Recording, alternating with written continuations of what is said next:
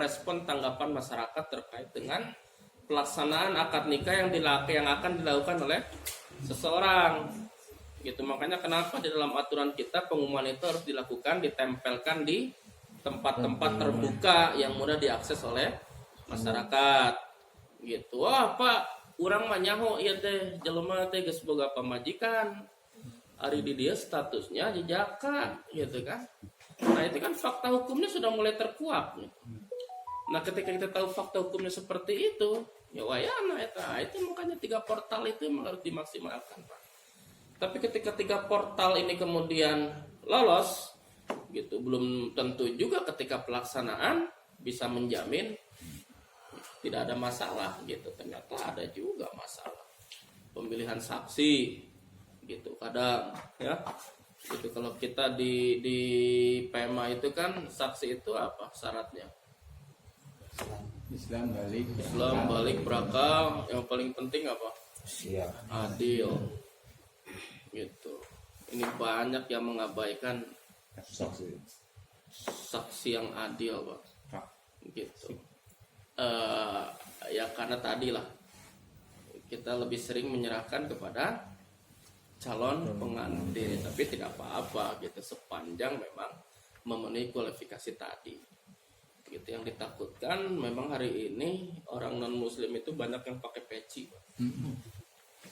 Gitu, main tunjuk ketika sudah selesai akad ternyata dia baru ngaku, Pak, saya ini kok bisa jadi saksi ya. Kenapa ya Bang ya? Gitu. Saya kan non muslim, Pak. Itu ada Pak. Gitu. Pemilihan saksi. Gitu. Terus yang kedua, pastikan bahwa yang menikah itu adalah si A dan si B. Orang dan namanya itu sudah sesuai, Pak.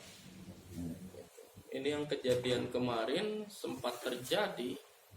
Orang dengan nama itu berbeda, Pak. Bisa gitu ya? Kumaha mariksa. Jadi nama yang tertulis di dalam berkas pemeriksaan itu bukan nama yang hadir pada saat akad. Itu perempuannya. Ternyata diusut ternyata ada hubungan utang piutang. Jadi kalau misalkan dia bisa menikah lagi dengan suaminya, dengan laki-laki yang menjadi suaminya, maka hutang-hutang itu akan dibebankan kepada suami. Maka ketika sudah akad nikah kayak apa itu pinjol ke si suami. Jadi eta. Jadi sekali lagi ya benar-benar teliti terkait dengan masalah ini, karena yang kita hadapi hari ini adalah sesuatu yang luar biasa. Gitu. Termasuk pemilihan wali. Kalau dulu di PMA 11 2007 wali itu sudah terbatasi ya, usia 19 tahun kan. Wali 19 tahun dulu PMA 11 2007. Nah sekarang PMA 20 2019 wali itu ada batas usia nggak ada. Cuma disebutkan balik. Itu artinya menuntut kita untuk baslul wus'i lah gitu. Jadi ya makanya yang namanya kepala KUA itu sebetulnya alim gitu. Eksekutor. Kepala KUA itu kalau tidak dibekali dengan fikih, tidak dibekali dengan fikih munakalah, berat gitu. Jadi untuk menghukumi bahwa wali itu sah, sudah balik saja, kadang masih harus tanya ke MUI, Pak. Jangan gitu. Padahal kalau misalkan kita ya tadi gitu, kepala KUA itu kan hakim sebetulnya kan gitu. Dia hanya mengeksekusi gitu. Kenapa minta fatwa lagi kepada orang lain? Saya ketika kemarin jadi saksi ahli di persidangan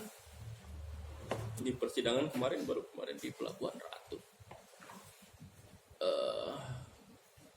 terkait dengan pernikahan yang dilakukan oleh seseorang secara siri, Pak.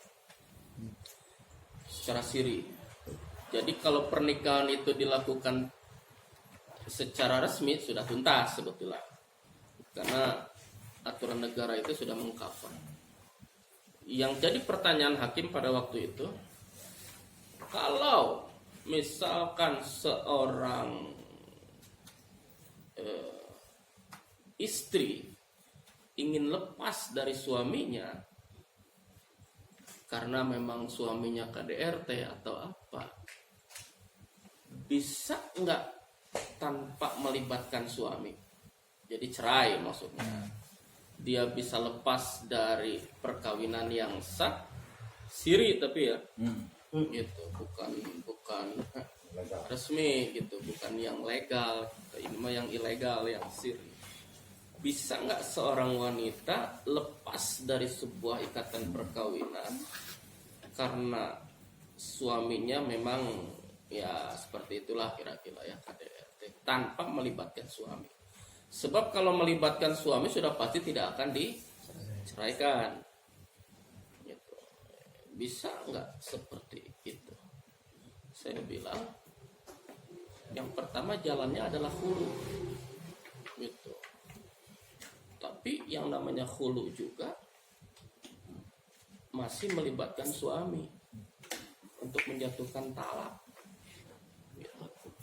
Yang kedua, itu bisa menggunakan jalan melalui fasakh. Tapi sekali lagi, fasakh itu hanya bisa dilakukan oleh hakim. Negara kita tidak memberikan kewenangan kepada selain yang sudah diberikan oleh negara untuk menjadi hakim. Jadi kalau misalkan urusan pernikahan itu adalah KUA, hakimnya. Urusan perceraian itu adalah pengadilan agama, hakim. Jadi di luar itu gitu, itu tidak bisa, kecuali untuk negara-negara yang mungkin mayoritas penduduknya itu adalah non muslim gitu. Bisa berlaku konsep fikih yang memberikan kewenangan kepada seorang alim untuk bisa menjadi hakim gitu. Tapi kalau di NKRI, nah, kewenangan itu sudah diberikan oleh negara kepada hakim yang ditetapkan oleh negara gitu. Jadi nggak bisa ya kata hakim. Ya, saya untuk saat ini mungkin hanya seperti itu saya bisa menjawab, Pak. Nah ini ya, kalau kita bicara secara negara, secara administrasi sudah tuntas gitu. Tinggal maju ke pengadilan udah beres kan gitu. Nah ini kan untuk mengakomodir, itulah makanya kenapa negara itu mewajibkan masyarakat untuk mencatatkan pernikahan supaya tertib administrasi juga gitu kan. Gitu ya, hanya kita bisa berikan itu sebetulnya.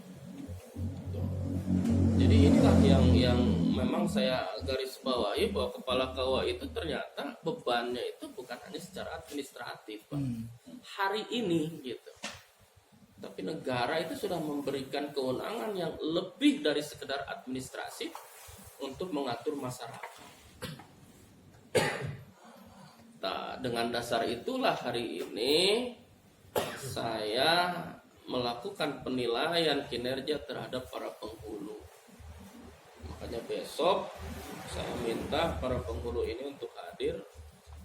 Saya akan wawancara sejauh mana pemahaman dia terkait dengan regulasi, terus regulasi kepenghuluan, terus masalah-masalah kepenghuluan, fikih munakahatnya, termasuk bacaan nana.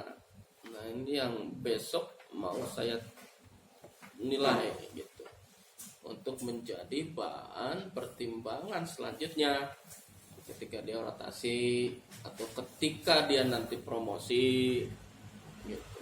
Jadi nilai itu sudah ada di kita, mana yang layak, mana yang pas, mana yang kurang pas, harus dipoles sedikit, harus dipolesnya banyak, wah ini mah teu bisa dipelas kudu didempul misalnya. Dempul we gitu sing loba gitu kan. Ya, mau diketok magic mah parah eta mah. Gitu. Nah, karena ke depan Bapak ya hari ini PEMA 20 itu kan lagi ada revisi ya terkait dengan wali hakim dan terkait dengan siapa yang diperbolehkan untuk menjadi kepala KUA. Jadi hari ini seperti itu. Jadi wayahna Pak Kepala ya penghulu anjing tidak boleh ada alasan